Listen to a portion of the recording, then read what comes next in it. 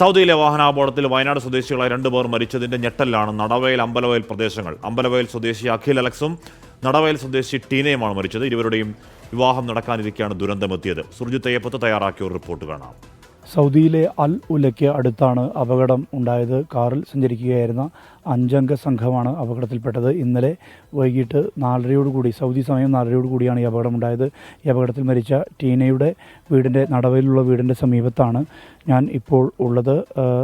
2 പേരാണ്, 2 വയനാട്ടുകാരാണ് ഈ അപകടത്തിൽ മരിച്ചിരിക്കുന്നത്. നടവയൽ നെയ്ക്കുപ്പ കാരിക്കുന്നൽ ബൈജു നിസി ദമ്പതികളുടെ മകൾ ടീന, 26 വയസ്സാണ് പ്രായം.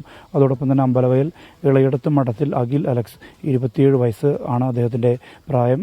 ഇവർ ഈ 2 സ്ഥലങ്ങളും ഒരു 30 കിലോമീറ്ററിൻ്റെ മാത്രം വ്യത്യാസത്തിലുള്ള സ്ഥലങ്ങളാണ്. മദീനയിലെ കാർഡിയാക് സെൻറ്ററിൽ നിന്ന് അൽ ഉല സന്ദർശിക്കാൻ പോയതായിരുന്നു ഈ സംഘം.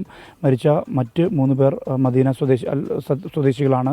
ഈ അൽ ഉലയിൽ നിന്ന് ഏകദേശം 150 കിലോമീറ്റർ അകലെ വെച്ചാണ് ഈ ഒരു അപകടമുണ്ടായത്. കാർ അപകടത്തിൽ പൊട്ടിത്തെറിക്കുന്ന ഒരവസ്ഥയാണ് ഉണ്ടായിട്ടുള്ളതെന്നുള്ളതാണ്. മൃതദേഹങ്ങൾ ഭൂരിഭാഗവും കത്തിക്കരിഞ്ഞ നിലയിലാണ് എന്നുള്ളതാണ് ലഭ്യമാകുന്ന വിവരം. ഈ ടീനയും അലക്സും തമ്മിലുള്ള വിവാഹം ജൂൺ 16 നിശ്ചയിച്ചതാണ്. ഇത് നടക്കാനിരിക്കെയാണ് ഇത്തരത്തിലൊരു അപകടം ഉണ്ടായിരിക്കുന്നത്.